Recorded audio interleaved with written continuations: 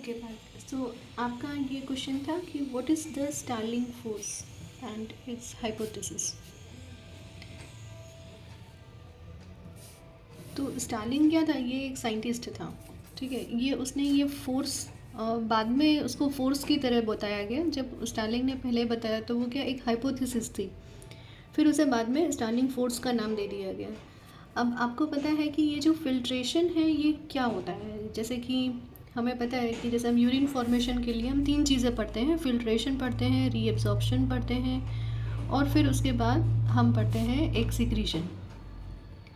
तो इसने जो हाइपोथेसिस दी ना वो उसने खाली इसके फिल्ट्रेशन के बारे में बताया था। तो उसने ये जो फोर्स है, ये फिल्ट्रेशन होता क्या है कि जब भी जैसे ही ब्लड आता है आर्टेरियोल्स में, मतलब आपको पता है कि ये बोमेंस कैप्सूल होता है और फिर उसके बाद ये ग्लोमेरुलस होता है। तो यहाँ का जो सिरा होता है वो एफरेंट होता है और यहाँ का जो होता है वो इफरेंट होता है। और फिर उसके बाद मतलब इसके अंदर जो कुछ भी होता है वो सब कुछ बोमेंस कैप्सूल्स के अंदर जाता है। यहाँ से यहाँ जाएगा, यहाँ से यहाँ जाएगा, तभी यूरिन बनेगा, यानी कि ब्लड फिल्टर होगा। तो फिल्ट्रेशन क्या होता है कि भाई लार्ज प्रोटीन जो रहते हैं या फिर आरबीसीज, लार्ज प्रोटीन और जो आरबीसीज वगैरह होते हैं वो वापस ब्लड में चले जाते हैं और बाकी जो भी रहता है यानी कि सोडियम NaCl हो गया, पानी हो गया, ये सब क्या है कि वापस यहाँ पे बोमेंस कैप्सूल में, वापस नहीं, बोमेंस कैप्सूल में आ जाता है। तो लार्ज प्रोटीन फिर से ब्लड में चला जाता है और जो ये सारी छोटी छोटी चीज़ें होती हैं NaCl, वाटर, ग्लूकोज, ये सारी चीज़ें जो रहती हैं बोमेंस कैप्सूल में आ जाती हैं। तो इसके लिए एक फोर्स की ज़रूरत पड़ती है। स्टार्लिंग एक साइंटिस्ट था, उसने ये बताया कि वो जो फोर्स है वो क्या है, वो स्टार्लिंग फोर्स है। इसका मतलब एक प्रेशर क्रिएट होता है, इसकी वजह से ग्रेडियंट आता है, यानी कि यहाँ पे जो प्रेशर होगा और जो प्रेशर बोमेंस कैप्सूल में होगा वो अलग अलग होगा। इसकी वजह से, और प्रेशर क्या है, बाहर से अंदर जाना है तो प्रेशर यहाँ पे हाई होना चाहिए। तो प्रेशर एक ग्रेडियंट बनेगा, तब उसके बाद फिर जो चीज़ें हैं वो आर्टेरियोल से यहाँ बोमेंस कैप्सूल की तरफ जाएगी। तो उसने जो प्रेशर ग्रेडियंट या फिर जो स्टार्लिंग फोर्स है, ये प्रेशर ग्रेडियंट और या फिर आप इसे स्टार्लिंग फोर्स कह सकते हैं, वो एक्चुअली कैसी होती है, वो 2 टाइप की होती है, ठीक है।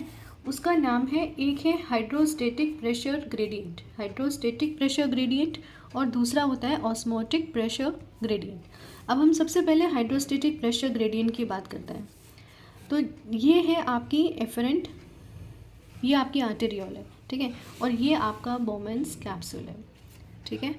तो यहाँ से जो प्रेशर है, प्रेशर जो कैपिलरी के अंदर है, जो कैपिलरी के अंदर है वो प्रेशर क्या है, वो ग्लोमेरुलर कैपिलरी का, और वहाँ पे 2 टाइप का प्रेशर, दो जगह प्रेशर होगा। एक आपका एफरेंट की जगह होगा और एक होगा आपका इफरेंट आर्टेरियोल की जगह, ठीक है। तो ये जो एफरेंट और इफरेंट आर्टेरियोल है उसका जो प्रेशर होगा वो जो भी आप बताओगे, दैट इज़ द प्रेशर कितना होगा अंदर ग्लोमेरुलर कैपिलरी में, 45 mmHg, ठीक है। चाहे वो ये एंड हो कि यहाँ पे एंड हो, इसका मतलब यहाँ पे जो प्रेशर पूरा बताया जा रहा है वो दोनों, वो पूरा का पूरा 45 mmHg का प्रेशर है। लेकिन इसके अंदर बोमेंस कैप्सूल के अंदर जो प्रेशर होता है वो होता है, ये जो प्रेशर 45 वाला है, इसको, ये जो इसका बोमेंस कैप्सूल का प्रेशर है ये इसको अपोज करता है और वो नियर अबाउट होता है 10 mmHg। अब क्या है कि ये इन दोनों प्रेशर में डिफरेंस है, तो एक ग्रेडियंट बनेगा और हमेशा ये वाला प्रेशर हाई है तो जो फ्लूइड होगी वो यहाँ आएगी, वो बोमेंस कैप्सूल के अंदर आएगी, ठीक है। तो वो जो प्रेशर, वो ग्रेडियंट बनेगा, उसे हम कहते हैं HPG। तो HPG क्या है, एक हाइड्रोस्टेटिक प्रेशर ग्रेडियंट है by the capillaries across the wall so that the fluid enters into the बोमेंस capsule. तो वो प्रेशर कितना हो जाएगा, 45 माइनस 10 यानी कि 35 mmHg। सो ये आपका प्रेशर है, ये HPG है, इसे हम कहते हैं HPG, यानी कि इतना प्रेशर ग्रेडियंट आ रहा है। अब एक दूसरा प्रेशर आता है ऑस्मोटिक प्रेशर ग्रेडियंट। तो जो ऑस्मोटिक प्रेशर ग्रेडियंट है ना, ये क्या है, ये क्या करेगा, HPG को अपोज करेगा। अब होता क्या है कि इसमें 2 टाइप के प्रेशर होते हैं, एक होता है ऑनकोटिक प्रेशर, ऑनकोटिक प्रेशर होता है, और एक होता है इसके अंदर ऑस्मोटिक प्रेशर।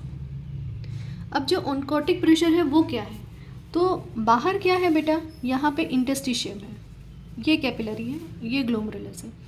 इसके अंदर जो प्रेशर है उसे हम जो कहते हैं वो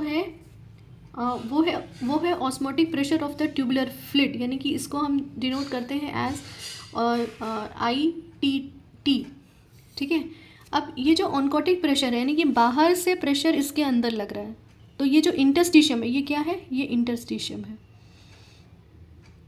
ये इंटरस्टिशियम से जो प्रेशर इसके अंदर लग रहा है वो है उसे हम कहते हैं ऑनकोटिक प्रेशर। और ये वाला ट्यूब, ये बोमेंस कैप्सूल के अंदर जो प्रेशर है उसे हम ऑस्मोटिक प्रेशर कहते हैं, ठीक है। तो अब ये जो इंटरस्टिशियम में जो ऑनकोटिक प्रेशर है वो एफरेंट आर्टरियोल की तरफ अलग है और इफरेंट आर्टरियोल की तरफ अलग है, यानी कि ये आपका ये आर्टरियोल थी, ये ग्लोमेरुलस है। इस तरफ ये जो इंटरस्टिशियम है यहाँ पे जो इसका प्रेशर होगा वो होगा नियर अबाउट, इसे अपन कहते हैं क्या कहते हैं इसे, IGC। ये IGC जो इंटरस्टिशियम प्रेशर है ग्लोमेरुलस कैपिलरी का, यहाँ पे एफरेंट आर्टरियोल में उसका प्रेशर है नियर अबाउट 20 mmHg। इसका जो यहाँ पे जो प्रेशर है मतलब इफरेंट की तरफ जो IGC है वो है नियर अबाउट 35 mmHg। और ये जो ट्यूबुलर यानी कि ये जो ऑस्मोटिक प्रेशर था, ये osmotic pressure near about negligible होता है पूरे ग्लोमेरुलस में। तो अब क्या होगा कि अब यहाँ पे एक एफरेंट आर्टरियोल की तरफ प्रेशर होगा और एक नेट फिल्ट्रेशन प्रेशर यहाँ पे होगा। अब हम इसको हम डिनोट करते हैं PUF से, यानी कि ये जो नेट फिल्ट्रेशन प्रेशर है ये क्या है, नेट फिल्ट्रेशन प्रेशर है। तो इसे हम कैसे कहते हैं, PGC minus PT and minus ITGC, ठीक है। तो आपको पता है कि ये PGC कितना था, PGC यानी कि जो ग्लोमेरुलस के अंदर है वो है 45। ये PT यानी कि वो जो प्रेशर, जो हाइड्रोस्टेटिक प्रेशर था इसके अंदर कितना है ग्लोमेरुलस के अंदर, वो है 10। अब ये I यानी कि ऑनकोटिक प्रेशर कहाँ पे, यहाँ पे ऑनकोटिक प्रेशर जो एफरेंट आर्टरियोल यानी कि बाहर से जो प्रेशर कैपिलरी के अंदर लग रहा है वो प्रेशर कितना है, वो है नियर अबाउट 20 mm। तो कितना हुआ, 35 minus 20 is equal to 15 mmHg। अब ये फिल्ट्रेशन प्रेशर आप कहाँ का बता रहे हैं, एफरेंट आर्टरियोल की जगह आप नेट फिल्ट्रेशन बता रहे हैं। इसके बाद एक प्रेशर दूसरा भी आता है एफरेंट आर्टरियोल की तरफ, दैट इज़ PUF यानी कि नेट फिल्ट्रेशन प्रेशर। अब आप इसको फिर से PGC माइनस PT करिए माइनस IGC पर कौन से एंड में, इफरेंट की तरफ। तो वो प्रेशर यहाँ पे तो कितना हुआ, 45 माइनस 10 सेम रहेगा, लेकिन यहाँ पे प्रेशर कितना है 35। तो 35 minus 35 is equal to 0 mmHg। लेकिन अगर आप इसका नेट देखो, इनको भी ऐड कर दो तो नेट फिल्ट्रेशन प्रेशर कैसा हो जाएगा बेटा, दैट इज़ PUF। दोनों को ऐड करने के बाद ये एफरेंट वाला भी और इफरेंट वाला भी, अगर हम इसका PUF एफरेंट का प्लस PUF इफरेंट का अगर हम ऐड करें तो टोटल प्रेशर होता है 15 mmHg का। इसका मतलब फिल्ट्रेशन कैसा जा रहा है, कैपिलरी से ग्लोमेरुलस की तरफ जा रहा है। So this is all about the Starling force and the hypothesis. अब यहाँ पे एक जो फॉर्मूला बताता है जिसमें KF बताता है बेटा, मतलब कि इसका आप अगर पूरा आप देखो तो इसका एक फॉर्मूला है, ग्लोमेरुलर फिल्ट्रेशन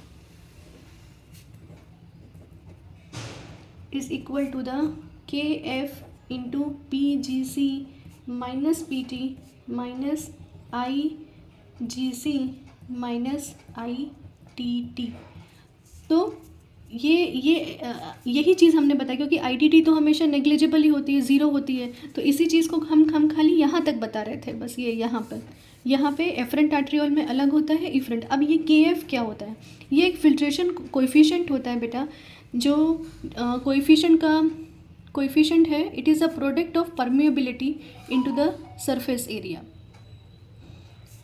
अब अगर इन दोनों में कोई भी चेंजेस आते हैं तो कुछ क्लिनिकल केसेस आते हैं, क्लिनिकल कंडीशंस आती हैं, जिसे अपन कहते हैं या तो इडीमा हो जाएगा, यानी कि अब फ्लूइड कहाँ जा रही है, कैपिलरी से ग्लोमेरुलस में नहीं जा रही है, कैपिलरी से टिश्यू की तरफ जाए तो वो फ्लूइड जो रहेगी वो उसे अपन कहते हैं इडीमा। अब दूसरा भी हो सकता है कि कैपिलरी से जो फ्लूइड है, जो कैपिलरी से फ्लूइड है वो अगर टिश्यू की तरफ चला जाए, ये कैपिलरी है, ये ग्लोमेरुलस है और यहाँ पे आपका इंटरस्टिशियम है बेटा, तो यहाँ से अगर फ्लूइड इंस्टेड ऑफ यहाँ जाने के बजाय फिर से यहाँ हो जाए तो वो कंडीशन होती है इडीमा। और इडीमा तब भी हो सकता है कि यहाँ का प्रेशर कम, यहाँ का प्रेशर ज़्यादा हो, तब भी नहीं। अगर ऐसा हो सकता है कि बाहर से एल्बुमिन ज़्यादा हो गया, एल्बुमिन ज़्यादा हो गया, तो ऑस्मोटिक प्रेशर की वजह से भी फ्लूइड जो रहेगी वो बाहर की तरफ जाएगी, यानी कि ऐसी कंडीशन आएगी, that is known as oedema. So this is all about Starling force and Starling hypothesis.